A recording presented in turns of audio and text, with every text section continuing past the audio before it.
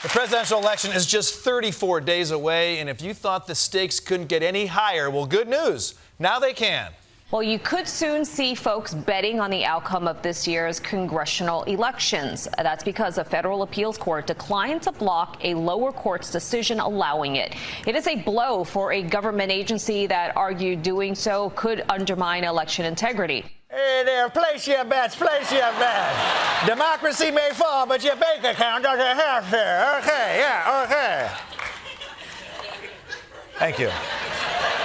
But yes, betting on elections is about to be legal, which is great for everyone who wishes they could see even more FanDuel ads. But seriously, this is shameful. Why are we betting on congressional races when this country could collapse into a fascist dictatorship? Because that's what I want to bet on, you know? If I could parlay a fascist takeover with the over-under on the Jets game, ooh, baby, I'm in the money. I'm in the rain.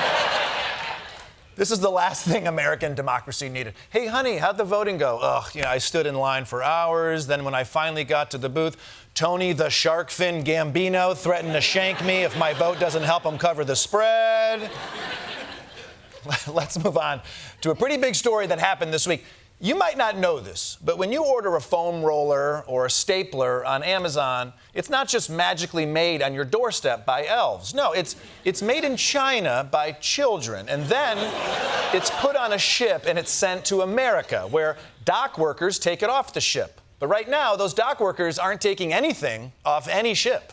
A port strike by some 50,000 dock workers across the East and Gulf Coast entering its third day this morning. The U.S. dock workers are fighting for higher pay and for protections against automation, essentially robots taking their jobs. Workers say foreign-owned shipping companies have made record profits, and they want a piece of the pie for their hard work. We want to work.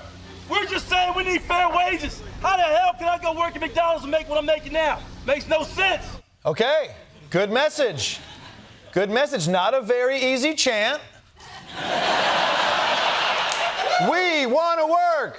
According to some schools of philosophic thought, it is man's nature to work. But we also have material needs that must be addressed.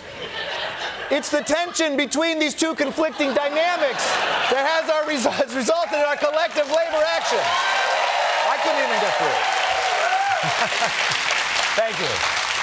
So yes, the dock workers are on strike, which my researchers tell me threatens the United States economy because longshoremen play an important role in the supply chain. And believe me, their leader, he makes that very clear. People never gave a about us until now, when they finally realized that the chain is being broke now. You know how many people depend on our jobs? Half the world. Let's get a contract and let's move on with this world. And in today's world, I'll cripple you. I will cripple you, and you have no idea what that means. Hey, man, don't cripple me, all right?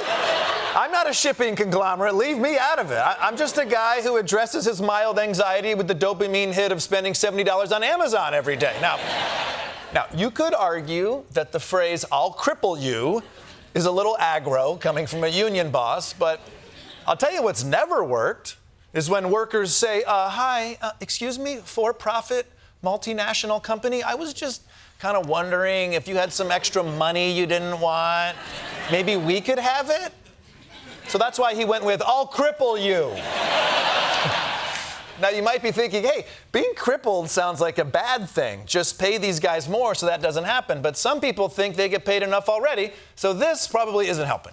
He does have a bit of a lavish lifestyle. He's got a $2.4 million home, Sparta, New Jersey. He's got a Bentley, which he's been known to drive around town in. He's also got a $1.4 million home, according to Newsweek, in Highland Beach, Florida. Elon Musk made a really interesting post on X. He said, dude has more yachts than me. I mean, this is what I love about America. Yeah, everyone's cool if a tech CEO or movie star or TikToker who farts on cakes has a big house. But if you're working hard labor, they're like, you should sleep in a bunk bed at your mother's house, just like the rest of us. Look, I get it. Yeah, I get it.